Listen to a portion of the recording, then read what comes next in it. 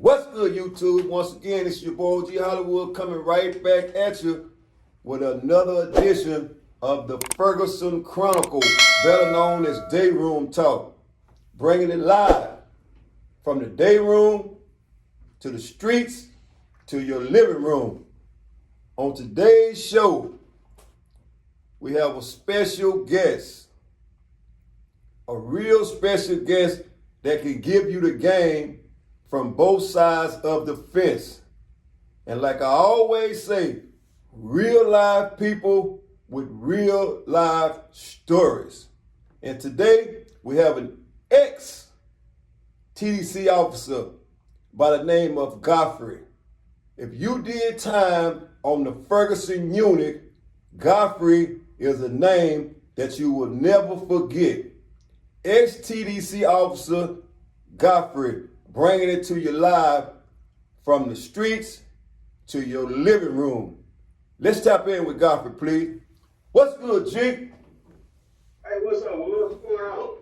Oh, man, I'm just tapping in with this morning, man, because first and foremost, I'd like to say, man, I really appreciate you for coming on the show, man, and giving us your take on the Ferguson Unit when you worked there, bro. So what I'd like to ask you to do this morning, man, is give the viewers a little bit about Mr. G. Well, I was a youngster, man, going to Sam Houston, and got grown, and my girl got pregnant, and so it was time to go to work. I couldn't still be that full-time student that I needed to be. Now I had to go get some scratch. I had to bring some paper home. So, I talked to my pops, and Pops had been in and out the game, and I told him I was going to go to work for the penitentiary. He said, "You sure you want to do that?" I was like, well, Pop, ain't nothing up here. This the only job up here. Ain't nothing else really up here. He said, "Well, you've been around it all. I'm just wondering." He said, "Now, if it was your brother telling me he going to work there, then I know, he might run into some problems." He said, "But you might be all right." I'm like, "Okay, yeah." Well, so I went out there, and lo and behold, they sent me to Ferguson. And I get out there to Ferguson, and you don't know what to expect. We had done a little visit out there, but when you get out there and that big door closed behind you, that's shit. That's the last thing you never heard. You know what I'm saying? Go to walking down through there, everybody standing up in the day room, looking at you come down through the hall. You don't know what to expect. All I know is one thing. It's like I was already in two slides. I know one thing. I'm gonna fight. However it go, I'm gonna fight. So, just go down through there, and once I started, working, going through the process, I was still on OJT, and we running church. The first weekend I'm there, started running church out on I think it was an old block. And the Vatos go to fighting in the hallway. It's going down, stabbing and everything. I'm right there on it. I see two officers grab a dude, throw him down, so I grab one, throw him down. I ain't even look for no shanks. The officer grabbed me, put me on the other side of the gate. They closed the gate, cats just getting it in. They come down there with the gas and everything, and that was my introduction first. So, and, right off the top. So let me ask this, G. So, for the viewers, what year did you start working at the Ferguson Unit as an OJT? I started working there in 93, April of 93. And April of 93, you hit the Ferguson Unit, right? Yeah. Tell the viewers, what was your first day like? Your first day, if you can remember. Like I said, when they closed, you come in and they close that gate behind you, you don't know what to expect. They tell you to try to get you ready through all the training, but it ain't nothing like stepping foot on Ferguson. It's a big difference. My first night, when they started me on third shift, my first night, I was on B block. B block at the time was an incoming block. That's why all you people that just got there, you hit B block. So I'm on B block. And I've been doing my little security checks at night after the 12 o'clock count. They send me on break. After that break, they send me to relieve somebody else. Then I come back to the block. So it's been about 35, 40 minutes since I done my last security check. So I'm going down B block. I get back on the block, trying to, make sure I'm doing what I'm supposed to do. I get down there by 117, 118. Got a white dude, almost all the cells got the lights off. Somebody might be up, might not be up, but ain't but 1 or 2 lights on the whole run. And I get to 117, got a white dude in there on the bump, just cutting his wrist. And I walk up on him, God damn, man, what's wrong with you? And he say, nothing. Bishop, why you doing that? He said, it feels good, but it was just the pressures of being on Ferguson. He had just hit Ferguson, and they was coming at it from all angles. You know what I'm saying? You gonna fight fuck a bus of 60. And he wasn't from that lifestyle. He didn't know what he was gonna do. And so I had to run up there and, holler at the folks, and they got him out of there. But that was my introduction to Ferguson the first night. Being as though you seen that your first day, and that was your introduction to Ferguson, so after that day, how did you prepare yourself from a mental standpoint to even go back into such violence? I hear you. Say it again, what? I said from a mental standpoint, after you saw all of that, the wrist cutting and all that, how did you prepare yourself the next day, to enter back into the Ferguson unit after all that, after you saw all that? Well, I just knew one thing. Like I said, I got a lot of kinfolk that have done time, been locked up, and been in the trenches. I've seen the fight, shoot, stabbings. So I just never worked in the prison to see a dude cut like that. And I'm thinking, man, shit, this might be a little rough, but I know one thing. I got a little girl on the way. I got to go get it.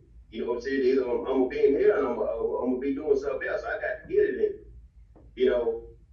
It really is an easy job. All you're doing is walking around, standing here. So then it allowed me to do my side little old job, which is riding horses. You know what I'm saying? So I ain't had no choice. It's either, I got to get it. You know what I'm saying? But it's one of the things when you come from that area, you see it. You see what's going on. In the beginning, you walk in there, the hair set up on the back of your head, but then you realize what's gonna happen is gonna happen. You know what I'm saying? You gotta find a way to deal with the situation. Cat got 50 years, 60 years, 75 years. What you gonna tell him as an officer? Give me an idea, I'm gonna write you a case. What are you gonna say? You know what I'm saying? What the hell are you doing? We're gonna cut shot, talk shit to you. And I gotta do 50 years. What the case gonna do for me? So I found out early, I had to find out a way to get next to the guys, and it wasn't by writing no case. One thing I know, one thing worse than a crooked inmate, there's a crooked officer. You know what I'm saying? I'm not saying I was just all the way crooked, but if I get into you and you tripping and I know I ain't done nothing to you, okay, you wanna cuss me out and all that, you right. When they roll the doors, go to child, guess what door ain't gonna roll? You know what I mean? Yeah. Hey, say boss, now I'm Mr. Boss then. My door won't roll. Okay, but I'm gonna call door maintenance. How long is it gonna take door maintenance to get there? Yeah, damn near an hour. Shit, almost. So what you gonna get that Johnny sack, right? Exactly. Okay? And I'm gonna be there by 12 hours. So that's 2 meals you can miss. You know what I'm saying? Yeah. And pretty soon, sooner or later, they figured out, you know what I'm saying? We're gonna get on the same page. Okay, we good, no problem. You all good, man. Don't sweat it. So you had to find a way to work it. You had to find a way to work it. And inmates are stood up on a correctional officer at any time. Yeah. Anytime they, they get out of line for little or nothing. So the way I did it, rather than handle that inmate that got out of line, I'm gonna say my piece to him. But I know just about on every block that I work, who's running the block. The black, Mexican, and the white boys. I find out who running the block. And when I have a problem with a cat, I'm going to the dude to run the block to whatever ethnicity it is. Hey man, you want to handle this or you want me to handle it? Because the way I handle it, you ain't going to like it. All right, G, we got you. And they going to handle it. Next time I see that dude, he probably going to have a black eye. They're going to come up to you, Mr. Godfrey, I'm sorry, that ain't for me and you. I'm going to say, yeah, I know it. You good. And it's handled. Yeah. That's the way you do it. Penitentiary, they do everybody gambling. You might have a cat in the Dayroom talking all loud, throwing a bunch of heat, supervisors walking up and down the room. Man, what is all that noise down there? You don't want to do a 2-hour behavior rack up, but do a 2-hour behavior rack up on that block. And everybody gambling, want to see the game and can't see the game. What's going to happen to that cat that got that block racked up for 2 hours? Shit, he gonna get got at. When they roll them dogs, Yeah. they gonna skin their head for him. Yeah. And he gonna sit his ass down somewhere. That's something you ain't gotta worry about no more. You, as a correctional officer, okay, you gotta stand firm and run your block, but you gotta find ways to run your block. Yeah. You know what I'm saying? And on the code, you gotta let the inmate run the block. You the firm, you firm, and you got your block, you handle it. But it's better you avoid the confrontation when you allow the inmates to run the block. You ain't got to worry about it. You know what I mean? They gonna fall in line, they gonna do what they're supposed to do. Let me ask this, G. During your time from 93 until you left, right? Yeah. Is it any one man, whether it be black, white, Hispanic, or any other ethnicity, can be handed any kind of keys to a unit? Nah, I don't think so. I don't think so. You got at all races you got heavyweights. And it's not just one person that's a heavyweight. You got a lot of guys that been on there for a long time, that's calling shots on this block, on that block. You know what I'm saying? They get together, you might have 2-3 head honchos, they get together and make a decision. But nah, I don't think one person just left the keys to somebody else.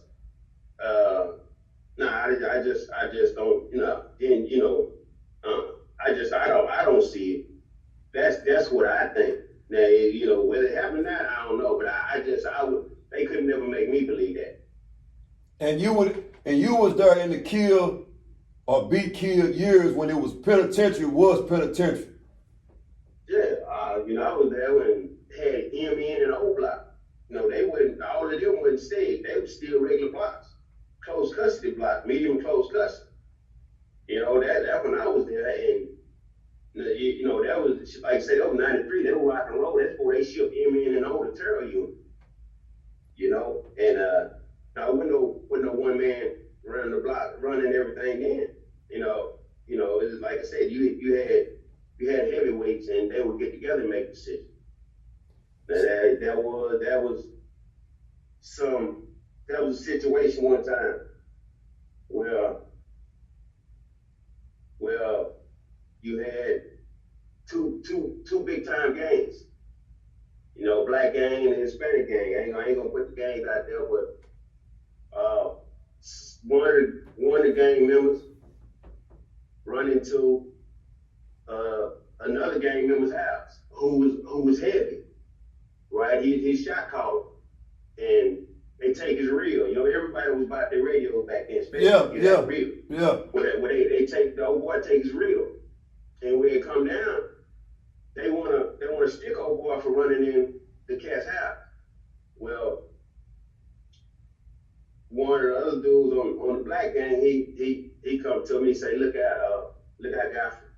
I say, man, I got some major shit going down. We need to I need to head it off. He said, but to head it off, I need to talk to this Mexican dude. I'm like, well, what you got? And so he tell me the situation. I'm like, okay. So I go to one of my supervisors. it ain't but about 25 officers on the phone, period. We shorthand.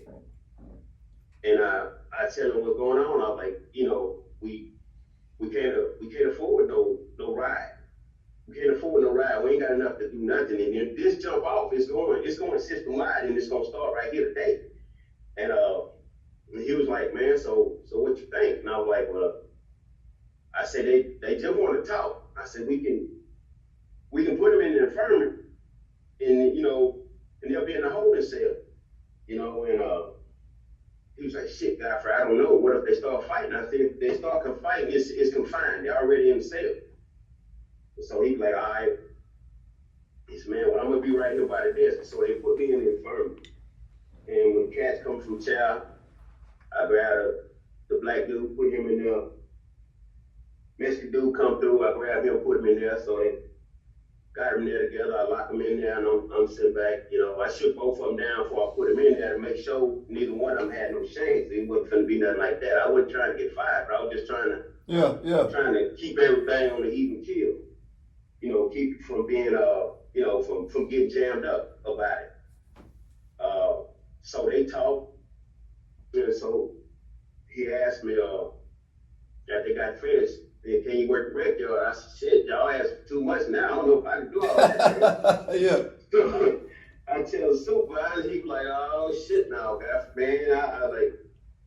I said, it's gonna happen anyway. And so we talked about it. And he said, all right, go on out there to the yard. So I take the gas and all of that out there, video camera, all that out there to the yard. Well, they hold court. The Hispanic gang hold court on the black dude. Well, the black dude, he had something, and he shined. Yeah. So he went all the rounds of the check-in. So after that, the other gang, the black gang, they shoot their monsters at him and they skin him up pretty good. Yeah. But if that wouldn't have happened, it was gonna go up system wide, and it was gonna start right there first. Yeah. You know what I'm saying? We would have got a chance to get on top of it by listening to the cats. But if they wouldn't, if we wasn't on that type of level where they could come to, most inmates ain't gonna go to an officer and tell an officer something like that. Yeah. You gotta be kind of sort of on that type of level. And there's been several other instances, that things kick off that could have kicked off, they didn't, because you kind of allowed the unit to run itself. Yeah. Because back then when you had the major black and Hispanic rides, yeah, they packing somebody up out of there. Yeah. You wasn't walking up out of there. They packing you up out of there with their sheet on. Yeah. So yeah. So for the viewers, not to fast forward, but what was the change you seen from from your perspective? When did you see the prison system and the Ferguson unit start to change and leave from physical to mental? You say when it started to change and leave from what to what? From physical, from the physical violence, and then when you get there, and what I'm trying to say, some people say that prison is still operating from a violent standpoint versus when you was there. No, it wasn't. I left in 2000. In 2004, and it had stopped being as physical as it was. Man, they still had Freaky Fridays. Yeah. And the floor was still open. Yeah. So, there was a lot of officers that still worked there, and the floor was open. As long as it was one-on-one and both people wanted to get their scratch, it's good. Y'all get it on. It was still like that. Like I said, that's a way to control and run your blocks. You let them get it on. The person got a problem.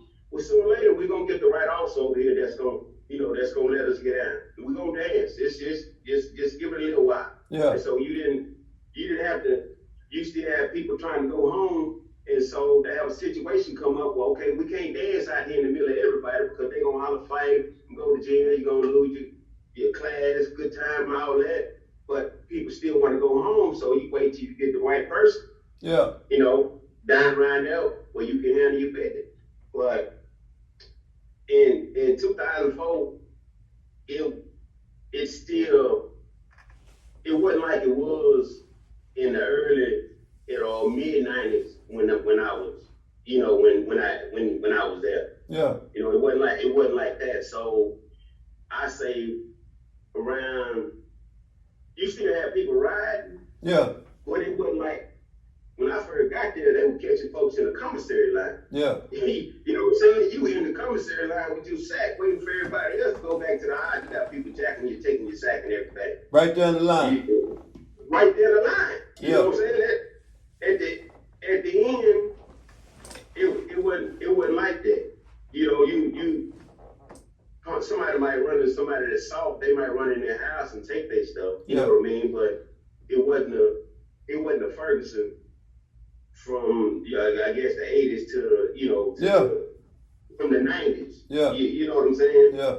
I can't really put a year on it. Yeah.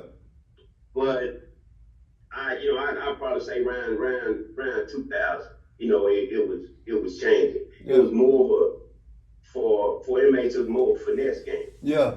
You know what I mean? It was more of a finesse game. It wasn't really the violence. You got out there and done your thing, but you wasn't gonna be coming up in there just jumping on a bunch of folks. They had some fighting going there. The fighting was going on when you first got there. You checked in, and if you ran across problems, while you were there, you had to get out. But as far as getting out there, just getting out there. Now, like I say, there were times when you go there, it's understood the floor open, and you come back and chow, and you get the day room is full, standing room only. Yeah.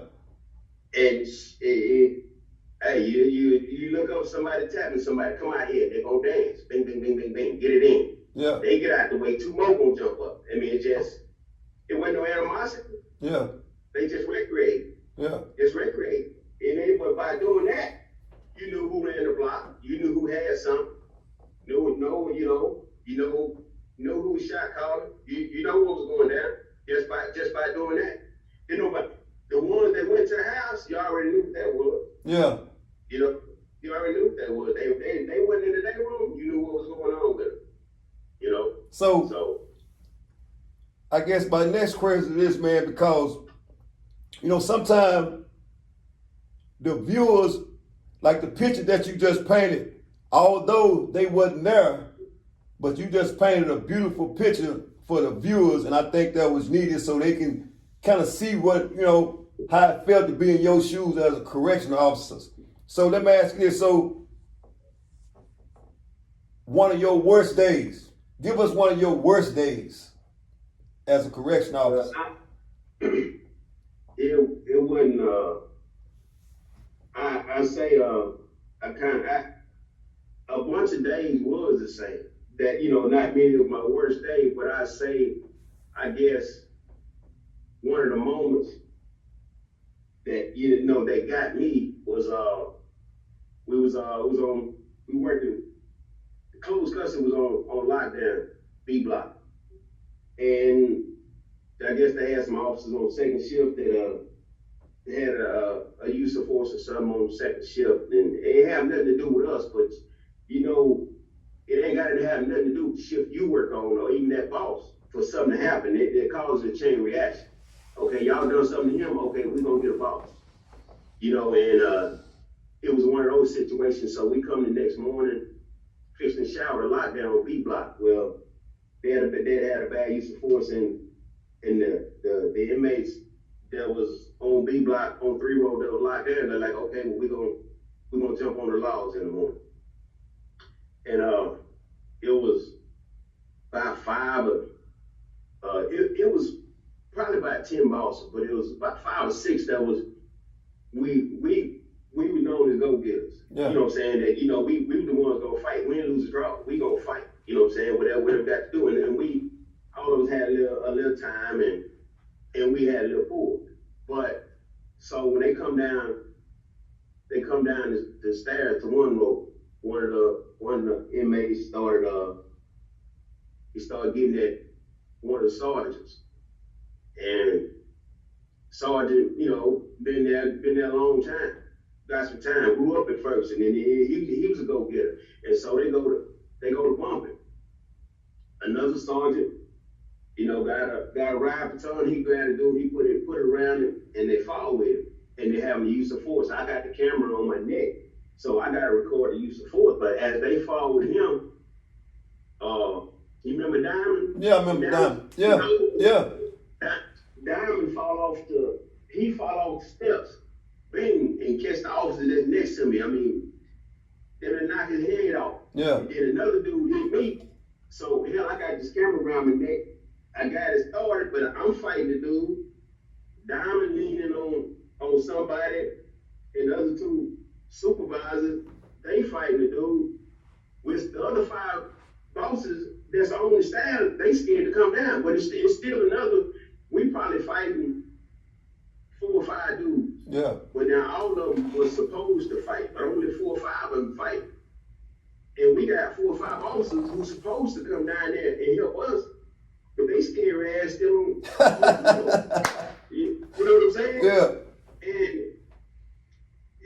like I know, 10 out of 10 officers can't whoop an inmate. No, hell no. On the unit, you're gonna have some bosses that go hard, and they'll get in there and they'll squabble with the inmate. But 10 on the real, 10 out of 10 bosses can't whoop an inmate. Yeah.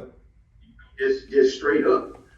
And we rambled with them cats for a minute until one of the supervisors ended up getting a hold of a baton that the other CO had dropped, and he started hitting the inmates, across the head, who did wherever he could hit them, and finally they laid down. Yeah. And that was about the scariest moment of being in Ferguson. Yeah. But that could have happened at any time. Yeah. It could have happened at any time. The thing that got me the most was you had a lot of guys, inmates, that was just trying to do their time. Yeah. Just trying to do their time. They got a lot of time. Some didn't have a lot of time, but they're just trying to do their time. Some officers would go picket these guys just because they're trying to do their time. Yeah. That wasn't cool, because you're not only putting yourself in danger, you're putting all of us in danger, because it ain't enough of us around it. Just think, you got 26 cells on the block. You got 3 rows. Yeah. That's 156 inmates. Yeah. And when you roll that door, it's you against, 52 inmates on that run, but you're going to probably roll 2 rows into the day room, get ready to go to chapel. Yeah. You know what I mean? It's you against over 100 inmates, man. Yeah. 104 inmates and just you. If they want to get you, they going to get you. So there's no reason to jug at these dudes. There was guys down there every day that if you wanted to have a use of force, you could have use of force and it could be justified. Yeah. Because there was them guys that was going to act a fool every day, all day long. If you wanted to do something, mess with one of them guys, but they knew that one of them guys was going to give it to them. Yeah. So they wouldn't mess with them, but let them find out that another guy that was a short time, another guy trying to go home. Okay, now this is the guy they're going to get at. You know what I'm saying? It wasn't right. Yeah. It wasn't right. You could have, just think about it. You got to, say you roll in on 3 roll. Yeah. You got to do it all the way down there at 326. He down there at 326. You the only officer on the block.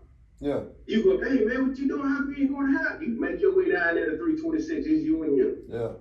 If he go to work on you down there at 326, the pickup boss going to holler fight. How long is it going to take them to get to 326? You skid up. Yeah. You skid up. They might throw your ass over the run. So you got, you know what I'm saying? You got to know how to handle yourself. A lot of people, a lot of bosses, didn't know how to do that. Yeah. You got to know how to handle yourself, to not get in those type of situations. Yeah. You got to pick your battles. There's a time to pick your battle. Yeah.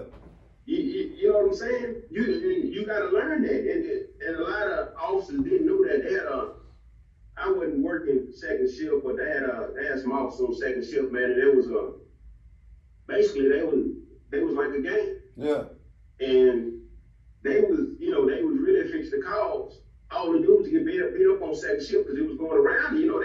They stayed to fight on the Dayroom, on the rec yard. And when they went out there on the rec yard, they got at the officers, but the inmates did it too early. They didn't let them all get out there and jump on them like they planned on it. So some of them jumped the gun and they ended up getting out of it. Yeah. You know what I'm saying? Yeah. But that was all because you run around there with a goon squad just jumping on people. They go to child. You can't do that. Like I say, you gonna run across somebody somebody mama just died. Yeah. Somebody lost their daughter. Somebody lost their wife. Somebody lost their brother. And they ain't right. They ain't right. You know what I'm saying? And when they do that, and you over there trip with them behind that nothing, they going from 0 to 100, man. Yeah. Let me ask this, G. So, 93, and it's 2022, right? How would you remember, or should I say this? What are some of the guys that stood out to you when you was at the Ferguson Unit? What were some of the guys' names that stood out to Godfrey at the Ferguson Unit? That's you. It's a bunch of them. It's a lot of them. As I see their face, can't remember their name, but just off the top, you had a lot of cats from Houston, a lot of cats from Dallas. I would say Suge, you, Baby Cash, Black Boy out of Bay City, Big Milk from down there, say Daco, Milk from Houston, Phil Wall from Houston, Twin from Houston, the 50-50 Twin. It go all the way. It's a lot of that. And Antonio, the Woodard, Longview, Lil C. Basically, and then Malvo, and then, basically all the cats that rap. I never knew all the cats that could rap, all of them that had some. Yeah. G-Man. It was a lot of cats. And, all of them was square well cats, which, in the penitentiary, everybody gonna come to you square well. Yeah. Well, it's the same thing as the world. It's just a smaller population and everybody trying to do the same thing. Yeah. It's everybody trying to do the same thing. Like for instance, me, I can honestly say, I ain't never bring nothing into the penitentiary. Yeah. Never bring nothing into the penitentiary. Like I said, I was making my money riding the horses. And the little money we were making there, it was just a bonus. I was making more money on the side job. But damn it, everybody gonna come to you. They gonna shoot their shot. Yeah. They gonna shoot their shot. I ain't mind cats shooting the shot, because I'm telling them, no, man, I don't get out. Now, if I tell you I don't get out and you stay shooting every hell, I think you're trying to set me up. I might need to try to do something else. You know what I'm saying? But I don't mind you shooting the shot, but, if I told you I don't get out, that's it. That's what it is. Yeah. You know what I'm saying? And it was times that you seen people, cats conversating with officers and this and that and the other. Now, I didn't work a bunch of blocks, but if I was down there relieving or coming through with something and I seen something, there have been times that I might say something to the inmate. Hey man, if I see it, they don't tell me who see it. Yeah. I don't even work down there, and I see what's going on. Yeah. You straighten your business up. I say something to the officer, I'm a scared of officer. Yeah. You know what I'm saying? I know they need the job. I'm a scam. I'm just to tell the cat, even if you can't anything about the woman, you know what I'm saying? You need to straighten your business up. Yeah. And that's what it is. So let me ask you this, G. What I mean? So, how was you able to distinguish if somebody was in the game? How would you be able to distinguish that? Man, you always tell by way cats carry themselves. You know, you look out in the world, most of the cats that's in the game, they want to wear the big jersey, they want to drive the nice cars. You know, you can't be. It's in a penitentiary just like in the world. You can't be flamboyant. You know what I'm saying? That when you lay back, you know, going from place to place, you ain't causing a big scene. You can't be real loud. You real loud. You know what I'm saying? If you real loud, you gonna draw heat. The best thing to do is move behind the scene. You know, move behind the scene. But the deal is, everybody was gonna try to be real. You know, everybody was gonna try to be real. And 10 out of 10 of the cats was gonna tell us if you got jammed up. Yeah. While you was there, how many officers got jammed up? And you said that they moved this shit to another because they told you. Oh shit.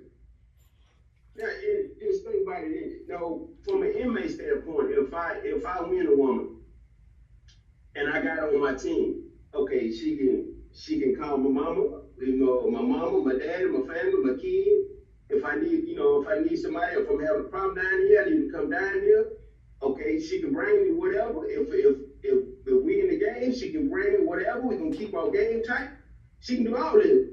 But if you got her and you allow her to get fucked off because you showboating with the rest of these cats, what that make you? Yeah. You see what I'm saying? Yeah. But a lot of cats didn't care. They just wanted somebody to know that they got it going on. Yeah. You know what I'm saying?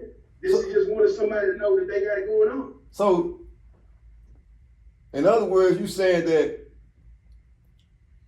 what they would do was sit around the reel and clone the reel and take the same game that you gave them to somebody else, so that it would all look real, right?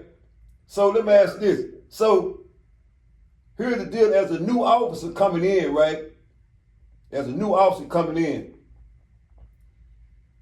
would you try to save that officer from getting in the game? Well, you know, I was they call me the FTO, the field training officer. So at the later during the time when I was there, almost everybody, a lot of people that came in, they sent to me, you know, to walk around for 2-3 days with me, and I would give them the game on what I thought, you know, about the whole penitentiary system, everything that, you know, all the shit that I thought I knew. I mean, you need to do this, learn that. I said, all you gotta do is know one crip, one blood. Watch them shake hands with somebody. You know what I'm saying? And that was, you know, so if you jump off, you know, this dude a crip, this dude a blood, you need to get your ass over here out the way. Yeah. You know what I'm saying? It was for that purposes. So if they kick it off, okay, this tango blast, this motherfucker here takes a syndicate. Okay, if it go down, you need to have your ass over here. Yeah. And that's what it was for. And it was things like, okay, if you on the block, 10 out of 10 times they go to fighting on the block, they gonna put up a wall. You know, you ain't got no lot of 6'5", 6'6" officers that sit up over top of everybody. Yeah. They a lot of officers, women.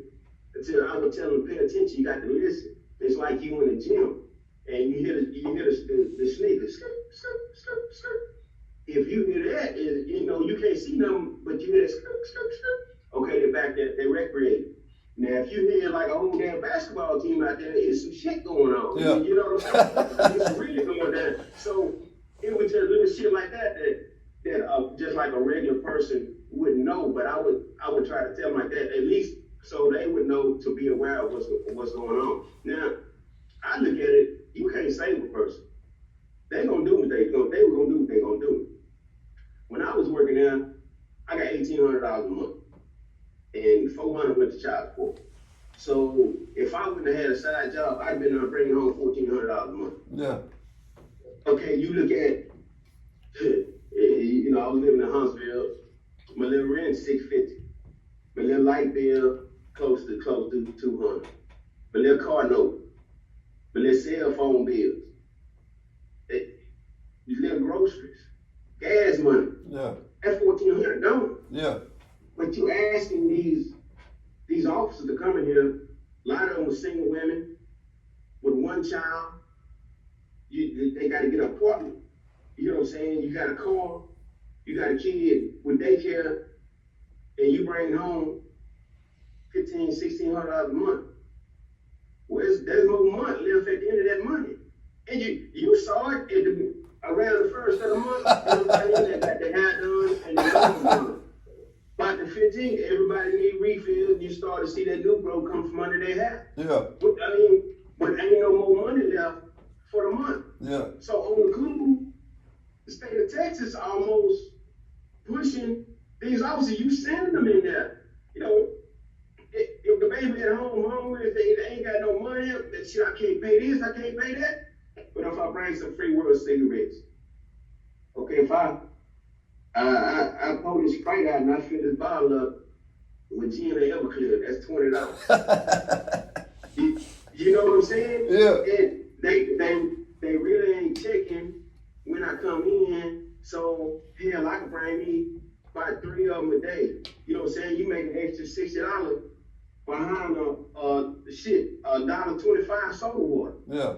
You know what I'm saying? And they forced these women to, you know, some of the officers to do that. You know what I'm saying? Because you wasn't paying them enough money. If they would pay these officers, then maybe not so many of them would get in the game. You know what I'm saying? Yeah, yeah. But it's just like you got young cats out here, they ain't trying to go to college, they really ain't trying to work. The only thing they can do is get in the game. I'm selling the dope, man. Next thing you end up with 2 kids, I gotta take care of these kids, got baby mamas here, I got to do this. It's all about more money to try to keep everything going. Yeah. And it's the same thing with the penitentiary. You just in there, you on a sit, your money ain't gonna change. Yeah, it ain't gonna change. You got to do the hazardous duty pay. When we was there, it was $7 a month. Yeah. For each month you there, it's $7. I worked there 11 years. At the end of my time, I was getting $77 a month for hazardous duty pay. With the hazardous motherfucking job we had, Yeah. getting $77 a month. Speaking on it, so I know me and you know what the hazardous, but speaking to the viewers, explain to them what the hazardous pay is, G. Hazardous duty pay is like just the hazards of the job, how dangerous the job is. Back when I worked there, it was $7 a month. And each year you got another $7 add on to the $7 that they gave you. Like my first year was $7 for every month. You got extra $7. The next year was $14 every month. The next year it was $21. So it went up each year. But that ain't no money for the hazards of the job. You come through there, you know, somebody might stick you. They might cut you. You might get beat up. They might, they might dash you. Don't be said.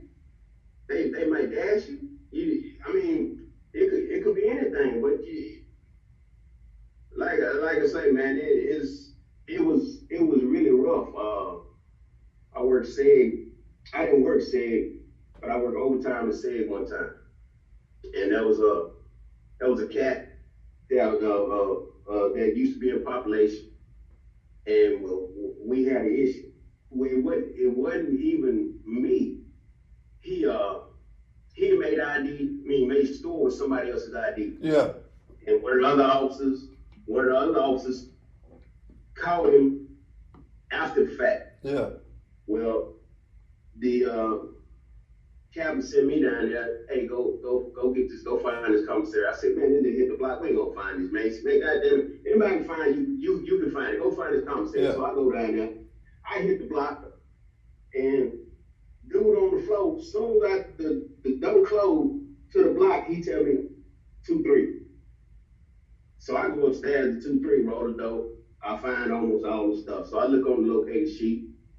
The sheet to tell you what image and what cell. Yeah. So I call the cat's name and call him out the Dayroom, go up there. Hey man, where's the rest of the stuff?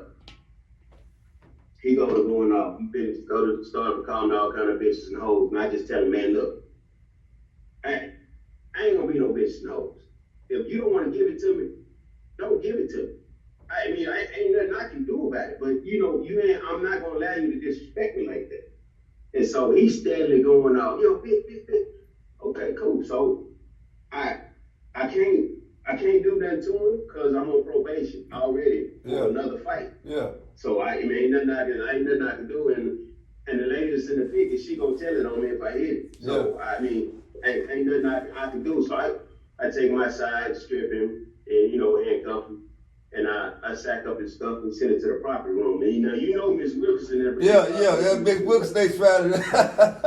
Yeah, you see your food down there, so you send that stuff to the property room, he probably gonna get it back the whole summer. Yeah. So his fan, his radio, It's over with. So, it was what it was. I was through with it, but the next few months, this dude, he went from minimum custody down to medium, and, he ended up on Cat 3 restriction. And every day, I got to deal with this dude.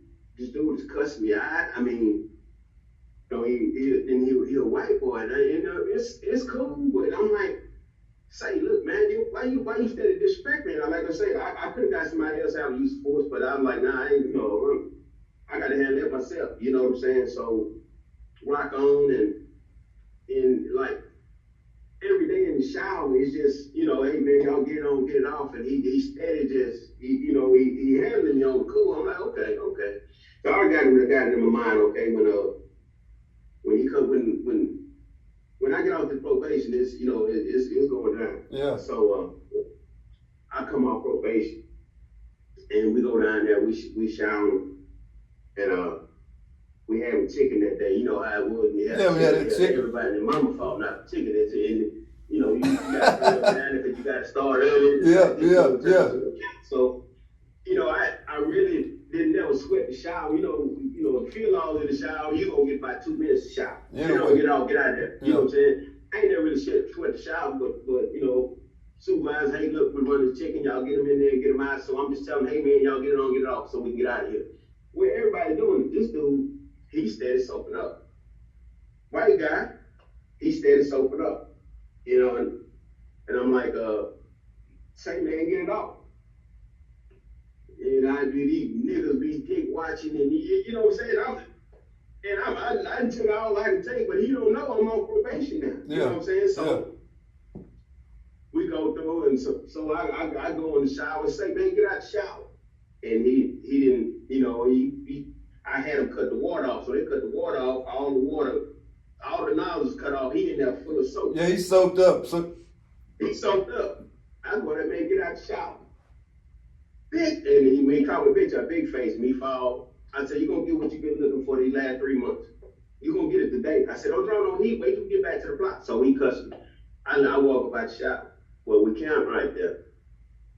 He come in the hallway with all that, and they damn near have a use of force on him in the hallway. Yeah. So we get down there to the block, and standing right there behind me, giving clothes to his cellar. He tell me, he said, if you don't hit me, you a hoe. I hit him down and knock him off 2 rows. It scared the shit out of me. So, I grab him, bring him back, and, I scared him up a little bit. But, when everybody got there, I was a type fight officer. If I have use of force with you, and we fighting, as long as you got a chance to throw punch, I'm gonna throw punch. But if it's 3, 4 laws get there, okay, I'm just gonna handcuff you. That's it. I'm not gonna keep hitting you. We got 5 people on one. You know what I'm saying? Now, you can't defend yourself. That's just what it is. There's been time we have use of force and officers banging inmates up. You know what I'm saying? I dive on their head, cover their head, so they can't hit them dudes in the face. Yeah. You know what I'm saying? Because it ain't cool. We got 5 laws on the inmate. You know what I'm saying? Now, if you wanna fall in the closet and check some paper with this cat, hey, go do what you do. But, it ain't right to, just jump on the dude. Like, there's the instances, you know what I'm saying? You just got to do the right thing. Yeah. Anyway, so the cat ended up going to SAG. Yeah. After the use force, whatever, he ended up going to SAG. Well, it's about 2 years later, man. I'm working SAG on overtime, and I normally would check the locator sheet just to make sure this cat wasn't on the block that I was gonna be working, because I didn't ever push that shield down like we were supposed to. Oh, yeah. Down. And so we getting ready to feed chow, and the cubby hole come open, I'm filling up these teacups, and this cubby hole come down, and I hear this voice, that motherfucker say, my buddy Godfrey, what's going on? I'm thinking, God damn, he finna throw this shit and piss on me. I was like, shit. And I said, shit, I can't call it. And he said, I'll be able to call him in a little while. He was patting his chest. And he had a tattoo of my name in the inside a bullet shell on his chest. And I said, yeah. He was like, yeah. I said, well, that must have been a bad motherfucker. He said, what was that? I said, that 3-piece I hit you with. He said, fuck you, nigga, get out from in front of my eye. Get out from it. And I didn't feed him that day. Yeah. But the whole thing was, man, that was a situation where I didn't do nothing, man. Yeah. All I'm just trying to do, hey man, let me get this conversation from you. They know you may stole with somebody else's ID. If you don't want to tell me where it's at, cool. You ain't got to tell me. That's all I told to do. Yeah. But he went to a disrespect thing. It was for me and a lot of the guys that I know that were stand-up officers, it was all about respect. As long as you respected them, then they was gonna respect you. Like I always. That's what it was. Yeah. So let me ask this, G. 2004 is 2022. Out of those guys that you named, that you remember during your time on the Ferguson Unit, are you in contact with any of those guys? And if so, tell the viewers who they are, if you don't mind, please. Man, they've had several get-togethers. And I've been invited to all of them. I made like 2 or 3 of them, and there's cats I talk to shit on the regular. I talk Suge on the regular. Talk Suge, G-Man, probably Lil Ron, and I ran in the set a few times down here at the mall here down here. And all the cats that I see, you know what I'm saying, I'm cool with. This one cat, man, out of Fort Worth, man, I really didn't do nothing to the dude. He was stand-up cat. He was always cool as hell, but he told me right before he went home, he said, Godfrey, man, if I see you in that world, we're gonna get him up. I said, I hear you, man. I said, I'm the same cat out in that world that I am in here. I can vouch for that. And he was a cool cat, and I felt the cat's square business, and I mean that day. If I see him, we gonna have to get in. Yeah. He was a big old cat. He about 6'2", 6'3", swole, I was like, yeah. But it is what it is. You know what I mean? Say, G, from that time you spent on Ferguson to the time now, man, as you went in as a youngster and who you are now, the age you are now, give me something that you took from there that you kind of use in your everyday life. Man, it's one thing you learn is how to treat people. Everybody has a story. Everybody has a story, and everybody's story is different. Some of the guys in there are acting out because of some of the things that they've been through in the world. Some things going on out here they can't control. They locked up. They ain't got no control over it. You know what I mean? It's how to treat people. That's the biggest thing. You treat people the way you want to be treated. You talk to people the way you want to be talked to. It's a crazy thing just to talk to a person just because you can talk to them that way and ain't nothing they can do about it. You catch a person been locked up 15 years and they going home and you talk to them like they got a skirt on. I mean, you talk to them crazy as hell and they can't do nothing about it because they know they're going home. I can't fuck this off. I I ain't gonna say nothing. I ain't gonna even look at her. Because I know first thing smoking, I'm going home. They had a situation on one of the blocks. I wasn't working second shift at that time, but they had a cat that was he had like 2 life sentences. And he was trying to do the right thing. He trying to go up the hallway. And they had done some shaking down or something. And supposedly somebody flicked a doobie out of cell and it hit this dude in the boot. And he looked up and he said it came from this cell right here. The guys in there, one of them that had 2 life sentences, he's like, man, that didn't come out of here. Yeah. You know, I'm trying to go up the hallway. He said, I don't smoke. You can test me, do whatever you want to do. Because at the time, you know, they were doing a lot of drug testing. And they wrote these 2 guys up in there. One of them was a Hispanic dude, one of them was a black dude. Hard Time. Remember Hard Time? Yeah, speaking of hard time, I was trying to think the other day, because he almost beat the officer half to death. This is what I'm telling you. So one of them was Hard Time. So we go to classification, and the essay finna go home. The Mexican dude finna go home, and they tell the dude the classification, hey, I ain't going to close custody for nothing. Well, they send them to close custody. Where they go, pack up, go to close custody. Just so happened, the officer that say that he found the doobie right there, or whatever, or they said it was like said it was a lot of he say she say shit, but said that dope came from there. He was on the keys. And when they come back from chow, they hit it, they caught it. And they went to work on it. The black dude and the Hispanic.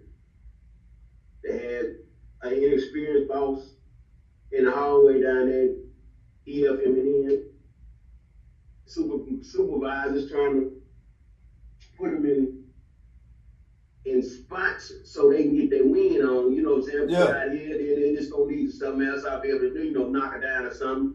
So they got out there, she ain't got no business out there. When they had a fight, she run down there. So the crash gate at G&H is closed, can't no officers get out of EFM and okay? The guy that got locked out, he got the keys for OPC and D. They can close the crash gate at A block right here. But just a few days before, what I was telling you about when they attacked the officers on the Rickyard that day, but they got at them too early. Yeah. They thought it was staged because it's like a day later. And they whooping the officer. Now, they had the crash gate, but they scared to come through the crash gate because they been jumping on folks. Yeah.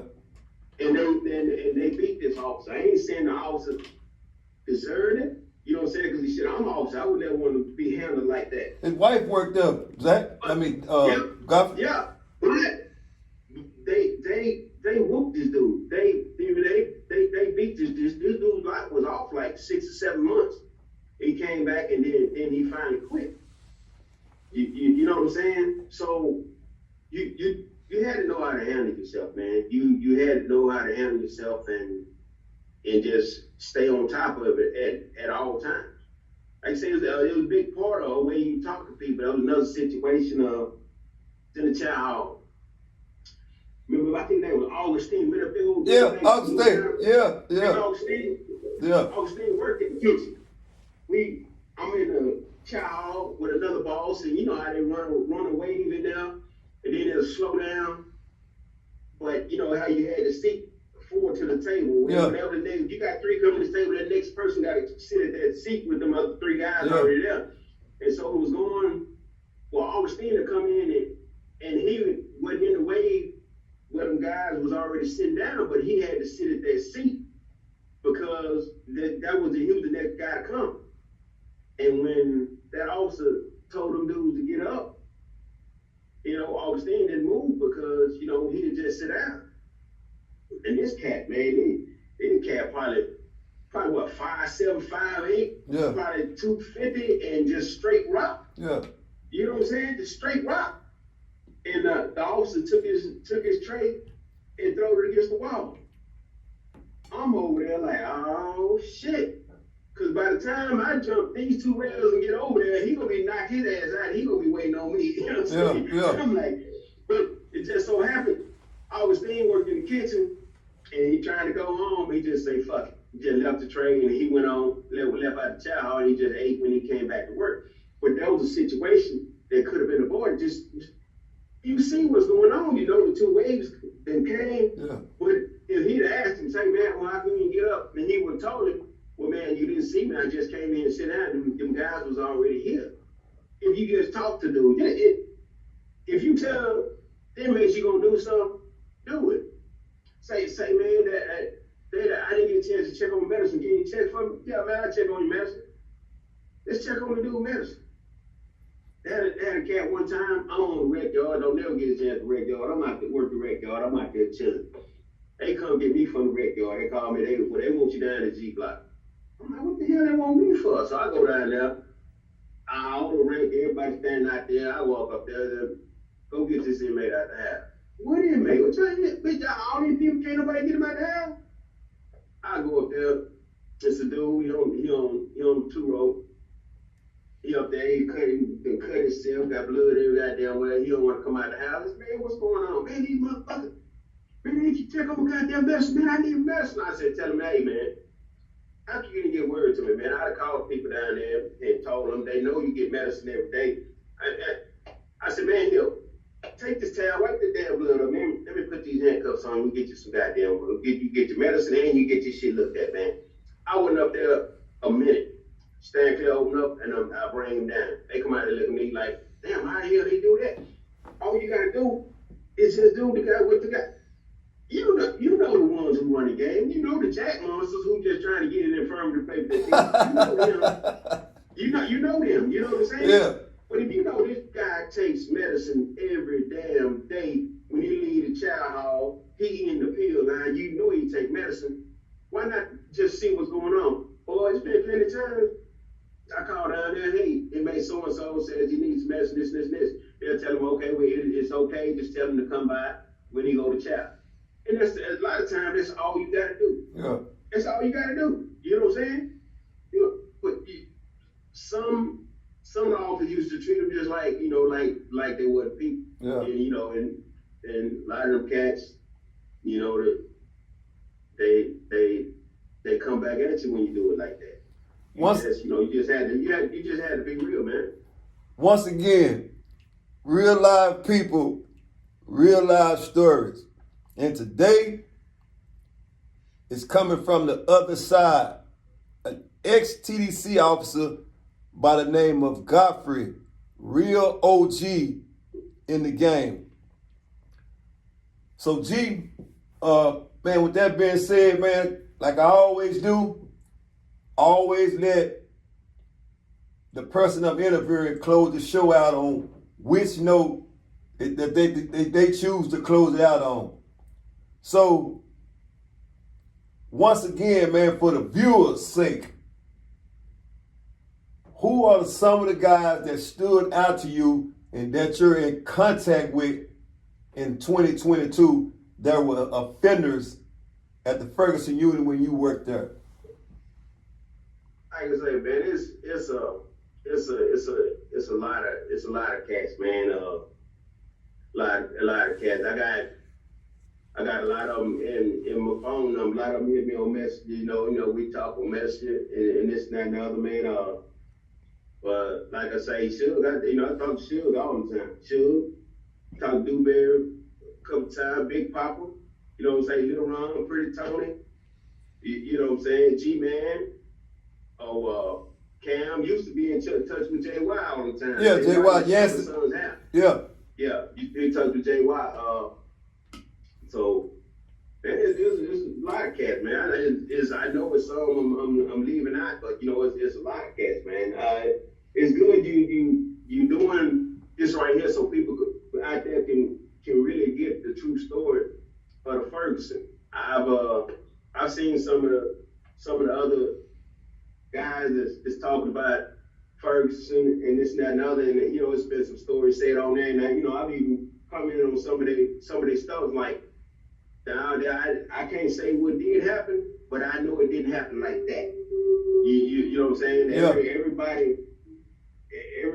Everybody create their own story of how stuff went down. But like I told on one of those guys called podcast, in one of the comments, I told them, y'all need to talk to somebody there that was in the 90s. You know what I'm saying? The late 80s through the 90s. And they can tell you what's going on. They can tell you what's going on. But it's good you're doing what you're doing. It's just because a lot of youngsters out here playing their GTA and they think it's a game. You ain't got no pistols in the penitentiary. Yeah. You got no pistols in the penitentiary. Ain't no need coming through there shaking. Yeah. Because they gonna get at you. You get in there, you know, they gonna pull your coattail. The belly of the beast ain't no pump. Yeah. Belly of the beast ain't no pump. Your mom and daddy can't say. You see people crying to the wardens and majors every weekend when their mama don't come to visit. I'm having problems. Trying to get out of there. Major can't help you. Major can't help you. Yeah. 10 out of 10 times, when he pull you out, if you don't snitch, and if you snitch, everybody know you snitch. Yeah. They had a white dude one time. He tell me, they sent me down there to get him. I'm coming back with him. Man, where you going, man? He said, they're trying to make me ride. They say they're gonna rape me. I was like, damn. So what you gonna do? He said, man, I'm finna try to get shipped. He said, I ain't doing no ride, no way. So one of the supervisors talked to him. I can tell you, go down there and like it. He said, put that towel in your mouth, bite that towel and like it. Yeah. This is what he told to do. Yeah. Was messed up. So I'm walking the dude back down to our block. Put him in there. You know, he's supposed to lock your day room, but this day was a lax day, and I hadn't really had my day room locked. And I was finna put him in the day room, and the cat told me, the white cat, said, Godfrey, lock your door. I locked the door. And as soon as I locked the door, they had SAVille on our block is the first set of benches right Yeah. Right? Yeah. And as soon as I put him in there, he started yoking him. Yeah. He hit about 3 or 4 of them before they got a chance to get up and get on him and holler fight, and they come down here. And Lieutenant, what's going on? Oh, shit. He said, I told you, they were talking about raping me, talking about I was going to ride. I'm not riding. You know what I'm saying? But he went hard in the paint. Yeah. They really didn't get a chance to get him, but, he got his own. Yeah. He square business. It was one of them situations, man. One of them situations, but the youngsters out here need to realize what it is. See, you got a lot of youngsters from the suburbs listening to all this rap music, playing these damn games, these shooting games, and they think it's cool. You mix the inner city with the suburbs, you black, but you talk like a white boy, and you go in the penitentiary all proper. Your mom and daddy might have had some money. You might have had your mom and daddy taking care of things. Wasn't no big deal. You know what I'm saying? Taking care of things, but you got these dudes from the inner city who from the ghetto, from the hood. Ain't nobody sending them nothing. They only avenue to get anything is to catch somebody coming through that door slipping. You gonna ride. Yeah. You know what I'm saying? You gonna ride. We gonna skin you up. You gonna ride. And these guys out here don't realize that. You coming from a small town. A lot of the guys that hit TDC been at TYC together. You know what I'm saying? The bad actors, they been at TYC together. And you got a lot of these dudes from the outskirts and they never been to penitentiary. Well, a lot of these cats already know each other. You get in there, you don't know no damn body. Yeah. When I first started working down there, I run into a Mexican dude that I went to school with. Was quiet as hell. They ain't never do nothing in school. He down there in the penitentiary. Right. Yeah. You know what I'm saying? But he ain't never fight. He ain't never do nothing. Right. There wasn't nothing he could do about it. Yeah. So it's stories that need to be told about things that happen. I remember when goddamn tango blast kicked it off, you just take the syndicate. Yeah. You know what? Normal day, I'm working close cuts on B block. Next thing you know, they have a fight. It's a fight in the firm. I mean, in the infirmary. So damn, I run to the door. I'm looking. Dude come up out of there. Dude tell SSI, tell Saco, we went down.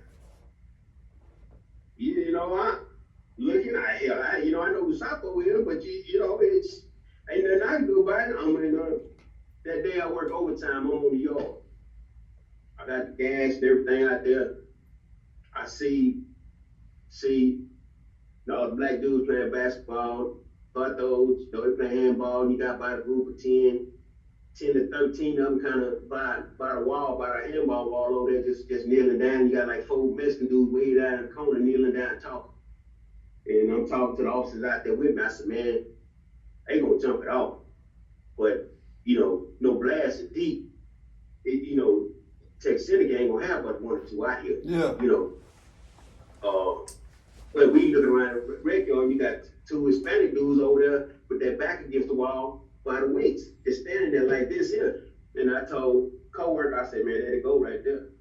About that time, them 4 dudes come down to where them other 12, 13 dudes was. I guess they say, let's get them, and they branched out. And when they branched out, I told the officer, I said, man, get your gun, here we go. And they went over there. I didn't get the first lick, but I got everything else on the camera. Yeah. I had everything on the camera, and then but when they kicked it off on 1 yard, it went off in the Dayroom on C block.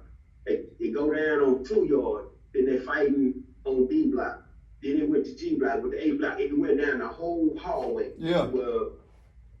Where Tango was on Texas Syndicate.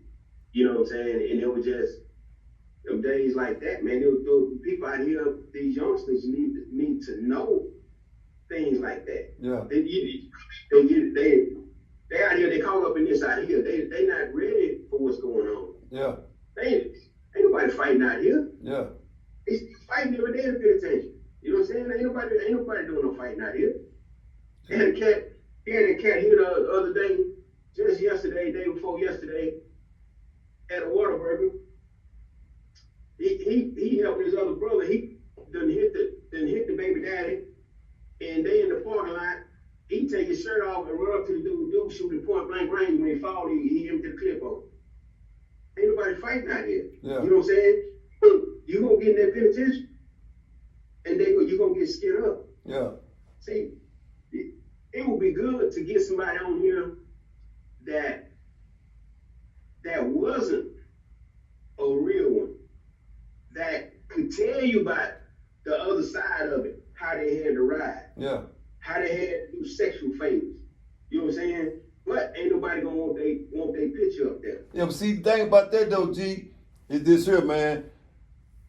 Like I said, for the Ferguson Chronicle Dayroom talk, is because, I mean, you hear the Ferguson whispers just as I do. Yeah. So, my thing is this, that my channel is to pay homage to those that really live that life. Right. And, you know, not to say my channel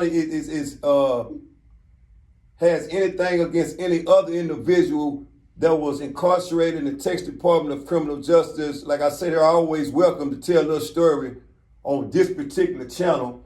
However, I just feel like that it was time to bring to the forefront and pay homage to those that did that time on the Ferguson Unit. Not trying to glamorize it, but history needs to be straightened out about the Ferguson Unit, and that's my reason for this channel, and that's the reason why I'm bringing real life people with real life stories to tell what happened on their time spent on the Ferguson Unit.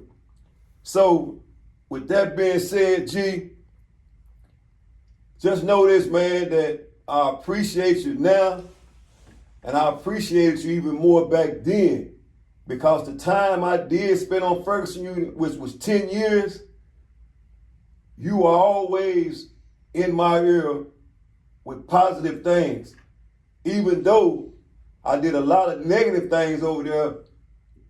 You were not one of those officers that stood in my way of doing what I need to do in order to survive in TDC. And like I say, man, I appreciate you then. I appreciate you now for coming on, telling your story. Like you said, everybody's story is different. However, real life stories by real life people is needed to be saw by the viewers. So G, I salute you. Much respect, much love to you, your family, and everything that's around you, bro. Take care, man, and I hope to see you soon, man. I appreciate that, man. On your book, man. It's good, man. It's good that you're doing this. You give these guys a chance to tell their story, man. I see you pretty quick, dude. Real life stories, real life people. Ferguson Chronicle, bringing it from the day room to your living room. Peace out, G. All right, I'm well.